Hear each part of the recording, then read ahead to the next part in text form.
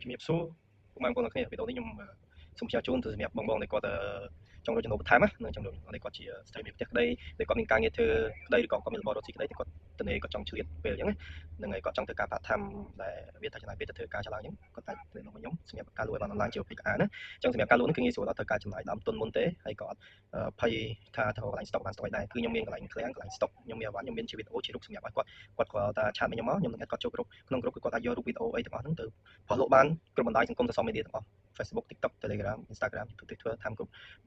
Facebook ក្តីគ្រប់ Telegram ក្តីគ្រប់ Messenger ក្តីណាមកបានទាំងអស់ហើយសម្រាប់បងប្អូនគាត់អត់តន់ចេះ boot page ឬក៏ boot TikTok ខ្ញុំអាចជួយរៀនបន្ថែមណាតើតើមួយការងារទាំងអស់ហ្នឹងការលក់ក្តីណាអញ្ចឹងសម្រាប់បងប្អូនដែលគាត់ចង់បានចំណូលបន្ថែមតើតើខ្ញុំបានហើយបងប្អូនពេលដែលលក់បានហើយមិនបាច់ភ័យថាត្រូវមកយកបានទៅភ្ញៀវខាត់ទេខាត់អត់ទេបងប្អូនរវល់ធ្វើការរវល់រកស៊ីរវល់ចោះបងប្អូនមានភ្ញៀវដែលគាត់ឆាតទិញបងប្អូនគាត់ឆាតខ្ញុំថាបងខ្ញុំមកថា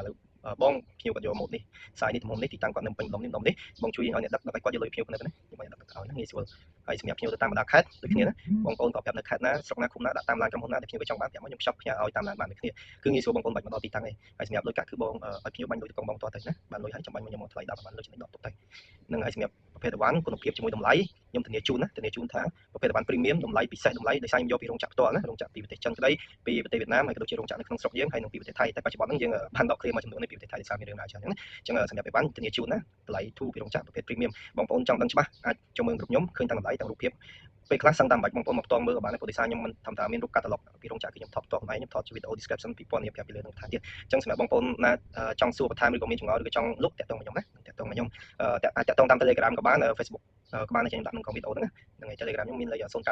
398 380អរគុណច្រើនជំរាបលា